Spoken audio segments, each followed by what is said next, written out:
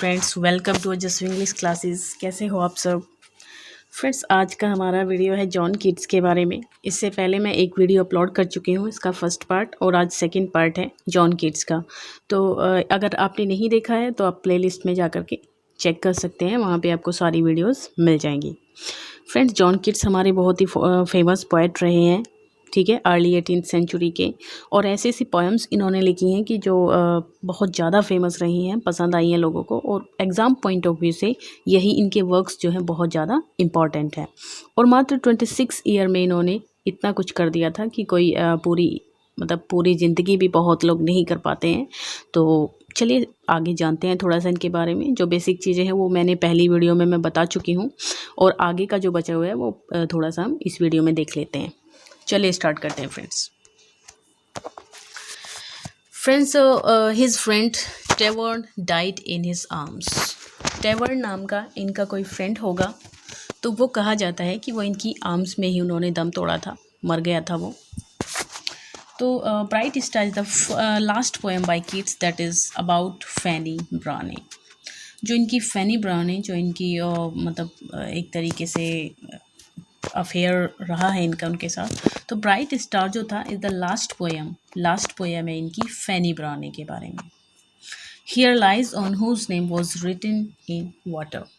Guys, ये कहाँ लिखा हुआ है? ये लाइन आपको मिलती है ग्रेव ऑन ऑफ कीट्स, ठीक है। जो हमारे कीट्स रहे हैं, जॉन कीट्स, उनकी जो ग्रेव बनी हुई है उसके ऊपर ये लिखा हुआ है कि हियर लाइज वन, यहाँ पे वो पड़ा हुआ है, whose name was written in water, जिसका नाम पानी में लिखा हुआ है। The port of Basil is the other title of the poem Isabella. देखिए 1888 में इनकी एक पोएम आई थी इसाबेला, तो इसको हम द पोर्ट ऑफ बासिल के नाम से भी जानते हैं। तो आपको कंफ्यूज नहीं होना है, दोनों नेम्स इसी के हैं।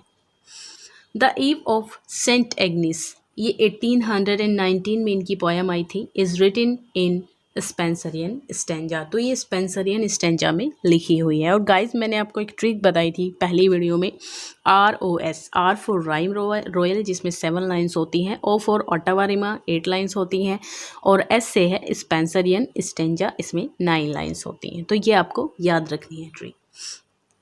लेमिया की अगर बात करें तो 1819 में आई थी इनकी ये।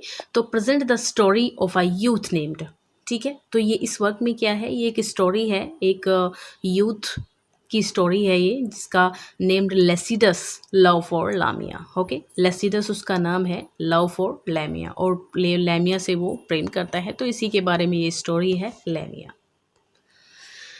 Otho the Great is the drama by Keats.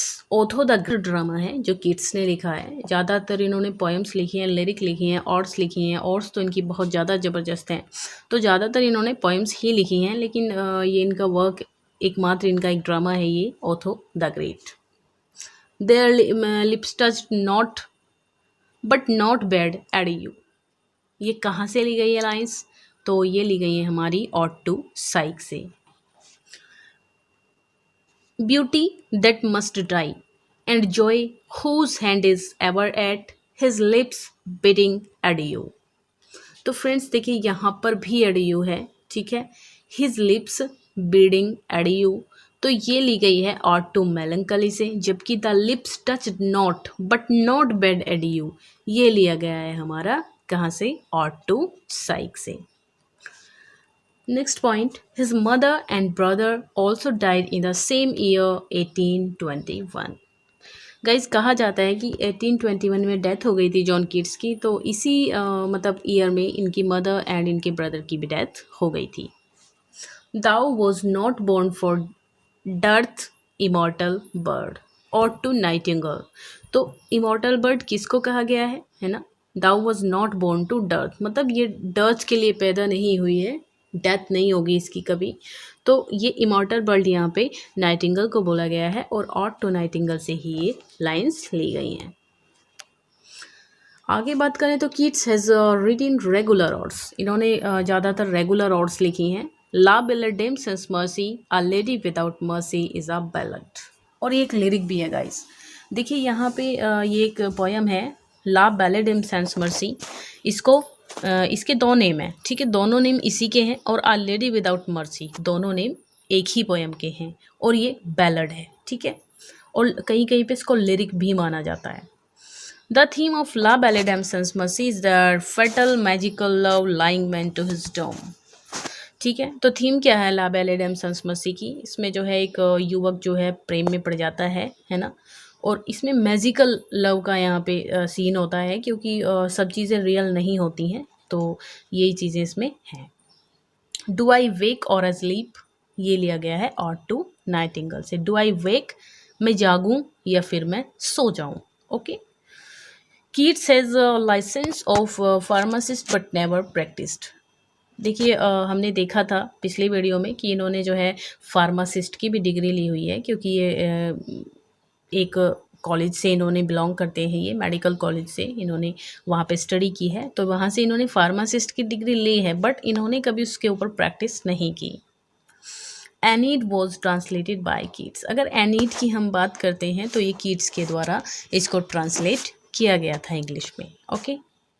Shelley has Keats was Greek said, sorry Shelley said, क्या बोला हुआ है? शेली ने ये बोला है कि कीट जो थे वो ग्रीक थे, Keats was Greek. Term egotistical sublime is used for Wordsworth by Keats. एक टर्म है गाइस ईगोटिस्टिकल सबलाइम, पूछ लिया जाता है ये, तो ये किसके लिए यूज़ किया है जॉन कीट्स ने? ये जॉन कीट्स ने वर्ड्सवर्थ के लिए यूज़ किया है। On looking at Chapman's Homer is the first poem by Keats. तो अगर इनकी फर्स्ट पोएम की हम बात करते हैं तो ये on looking at Chapman's Homer माना जाता है, okay. Keats belongs to Cockney school of poetry. Cockney school of poetry की अगर हम बात करें तो कीट्स इससे भी बिलोंग करते हैं। My heart aches and drowsy numbness of pain, ये ऑड टू नाइटिंगेल से ली गई है ये लाइन्स कि my heart aches and a drowsy numbness of pain. इसके बाद है Arnold said Keats is with Shakespeare. Arnold कहते थे कि कीट जो थे वो शेक्सपियर के साथ हैं।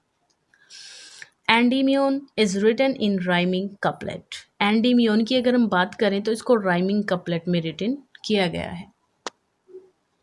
लैमिया is based on Burton's the anatomy of melancholy. अगर लैमिया की हम थीम की बात करें तो या प्लॉट जो भी होता है, थीम की बात करें हम तो वो द एनाटॉमी ऑफ मेलंकली से इसको लिया गया है। बेस क्या है इसका? द एनाटॉमी ऑफ मेलंकली, जो कि बर्टन्स का एक वर्क है। अब इनके कुछ इंपॉर्टेंट वर्क्स के बारे में हम बात करते हैं गाइस कि इन्होंने लिखा क्या क्या है। कुछ तो हमने पढ़ लिए हैं, जो इंपॉर्टेंट पॉइंट्स थे इनके वर्क्स में वो हमने पढ़ लिए हैं, और यहाँ पर मैं आपको बता रही हूँ कि क्या क्या इन्होंने वर्क्स लिखे हैं। तो एंडीमियोन अभी हमने पढ़ा है, हाइपेरियन इनका वर्क है, ये वर्स टेल्स हैं, ठीक है। अगर इन्हें पूछ लिया जाए कि ये क्या है तो ये वर्स टेल्स हैं। एंडीमियोन वर्स टेल्स है गाइस, और आपका हाइपेरियन भी, Lamia, the eve of Saint Agnes, Isabella, the Port of Basil, the Eve of Saint Agnes, La Belladame Sans Mercy। तो ये बैलड भी है, तो ये वर्स टेल्स कहे जाते हैं। इसके बाद है ऑड्स, लिरिक्स एंड सोनेट्स। अगर हम इनकी बात करें तो टू अ नाइटिंगेल इनकी एक ऑड है, टू ऑटम भी ऑड है, ऑन ग्रेसियनर भी ऑड है, टू साइक भी ऑड है, ऑन मेलंकली भी ऑड है, ब्राइटिंग स्टार इनकी एक लिरिक है, to fancy, birds of passion, ये सारे वर्क्स हैं इनके इम्पॉर्टेंट। इसके बाद on first looking into Chapman's Homer, ये भी इनका एक वर्क है। Sleep and poetry, okay. Poem है द मरमेड टेवर्न, ठीक है। टेवर्न अभी हमने पढ़ा था, इनका एक फ्रेंड था तो उसी के बारे में इन्होंने ये पोएम लिखी होगी। द रॉबिन हुड, ठीक है, Robin Hood an imitation of Spenser. तो ये इनके वर्क्स हैं, आपको याद रखना है। ड्रामा मैंने बताया था आपको कि एकमात्र इन्होंने ओनली वन ड्रामा लिखा है, तो ओथो द ग्रेट।